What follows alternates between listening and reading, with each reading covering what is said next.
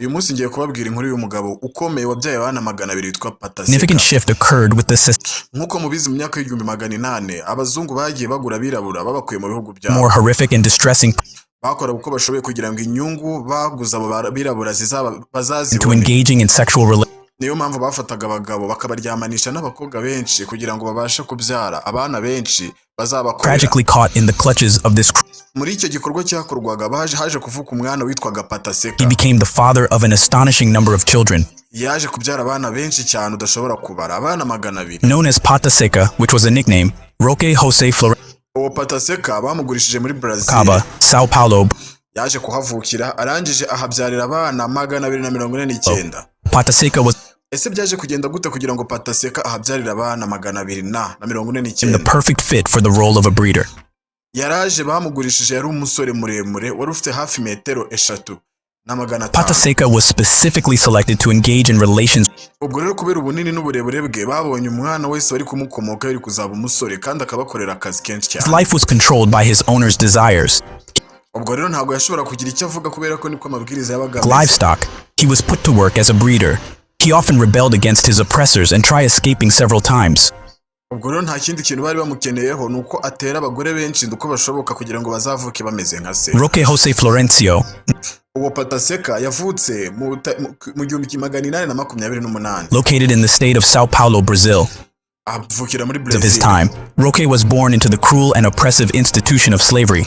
Naje kuvyarwa n'abirabura rero kandi abirabura babaga bavutse abana babo babaga n'ubundi nabo baraguzwe. Ubwo waguraga umuryango ukagura umugore ukagura umugabo bose babaga barabaguze n'abana bose bazabakomoka. Made him an intimidating presence.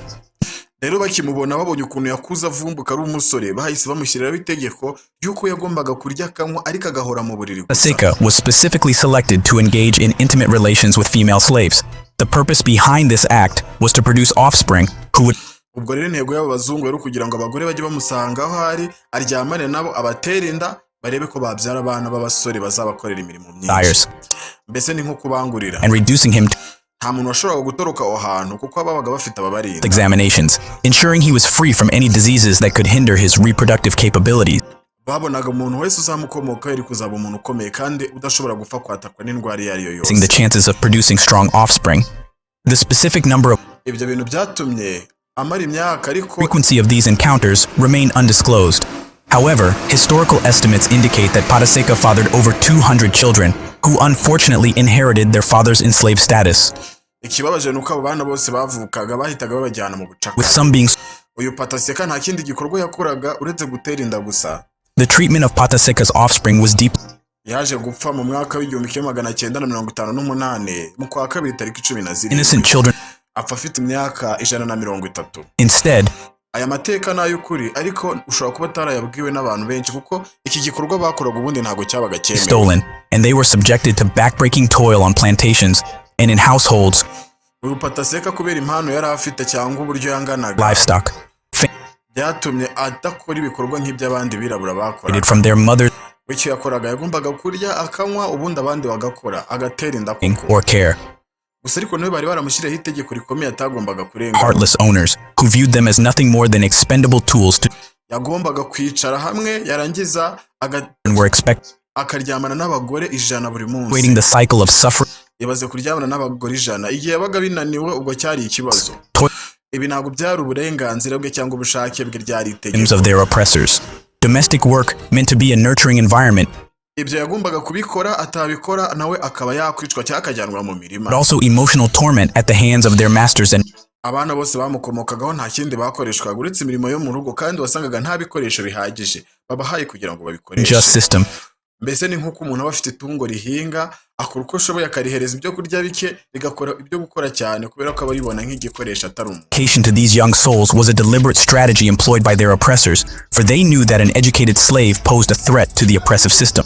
Ibyo nanone babikoraga abana yabyaye nta n'umwe bemereraga ko abasha kwiga cyangwa agira ubumenyi runaka agira. Bakoraga uko bashoboye bakamutsikamira kuko batekereza ko nibiga bakajijuka ibibazo byari kuba Were ibibazo. subjected to various forms of brutality.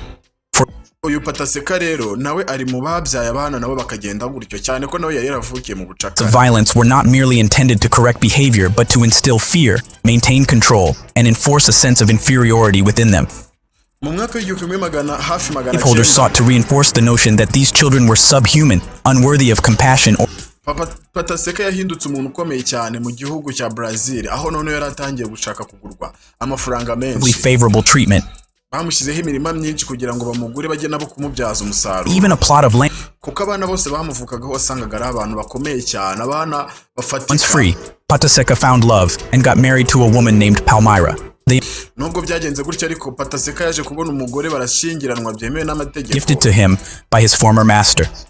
Dedicating himself, kubera inyungu yahereje ba shebuja. Pataseka embraced the role of a farmer and owned and operated his own farm named Sitio Pataseka. Nyuma yaho rero ubucakara butangiye gucikira yafashe umugore we babanye basezeranye byemewe n'amategeko ashaka ahantu amaze gukura. Pataseka used them wisely to provide for his family's well-being and nurture his dreams of Pataseka rero yarababaraga abona abana be bose babayeho nabi mu bucakara niyo mpamvu yakoze uko ashoboye kugira ngo atume mu bana be bose nta mwana n'umwe uzigera ukora ubucakara. the cruel realities of the slave era and the lack of formal education.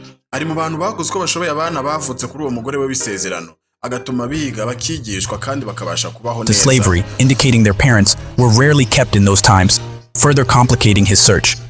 Ubuzima bari barabayemo bwari bugoye ari uko byagendaga kose yagombaga gutuma ubuzima yakuriyemo nta mwana we w'umugore w'isezerano uzabunyuramo. 58.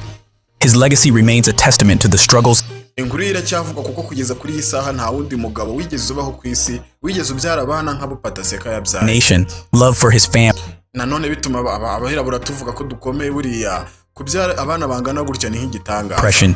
His story serves as a poignant reminder of how cruel the institution of slavery was. Mwibutse ko iyi filime uyishaka zirahari kubimenyesha studio. Kora subscribe ni ingenzi kuri iyi chaîne tugiye kuzajya tubakorera utuntu tw'ubwenge. Bye bye, hasta la vista. Ndabakunda cyane. Ayo yari amateka ya Pataseka.